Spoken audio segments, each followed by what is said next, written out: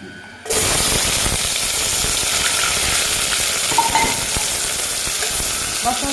بسم الله الرحمن الرحيم. ده بصل، ثوم، فلفل. تمام. هنعمل اكله سريعه وسهله كلنا بنحبها. طبعا بقى عماله اعمل استعجال لان الدكتوره بتاعتنا جايه النهارده ان شاء الله، بقالي فتره ما شفتهاش، فعاوزه اعمل الغدا ان شاء الله بدري. دي اول حاجه. تاني حاجه بقى انا زعلانه جدا لان انا صاحبه الحاجه اللي ساكنه عندها ست محترمه جدا وطيبه جدا في مقام والدتي. كان عندها قطه مضايقاها فحبت تبيع سمها، لكن للاسف اللي كان السم مش القطه اللي هي اذتها، اللي كان السم قطتين غير اللي هي قصداها. فانا بصراحه زعلانه جدا عشانهم لان كان المنظر وحش خالص بصراحه. يعني هي قالت لي هاتي المحتارين وما اعرفش انا هحط عليها سمنه وكده. فانا بصراحه قلت لها لا، ما بلاش تحطيلي يعني في الموضوع ده وكده، ان انا اصلا كده الحاله عندي الحمد لله يعني مش مستاهله يعني. فقلت لها بلاش بقى يا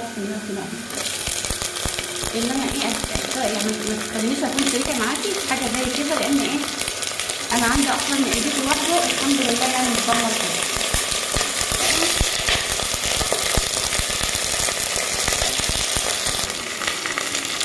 طبعا ده انا هحط اتبلها كده مع بعض عشان تاخدها حاجه.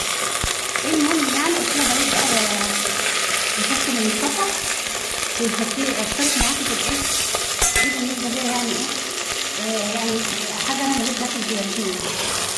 ايوه زي ما انت شايفه كده بغني على الفراخ المحمره بالتوابل والبصل والفلفل والثوم.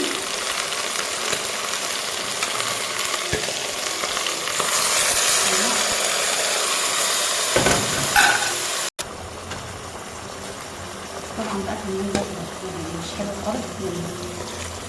في شويه صلصه مع طماطم، شويه مع ميه، شويه صغيرين كده بقى هتلاقيها تاكل لوحدها.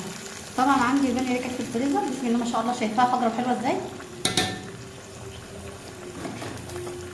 انا بطلعها بقى اول حاجه ولا بغليها ولا اي شيء خالص، ولا حتى كمان بحطها على البخار. طب بتعمليها ازاي؟ بقوم مقمعاها وبعد كده بقوم غسلاها كويس، يعني غسيل ما بسيبهاش في الميه. ليه بقى؟ علشان ما تنزلش الماده اللي فيها اللي هي اصلا مفيده طبعا للجسم وكده. بغسلها واقوم حطها في الكيس، ومن الكيس على الحله على طول زي ما شفت كده. خلاص يلا نشوف.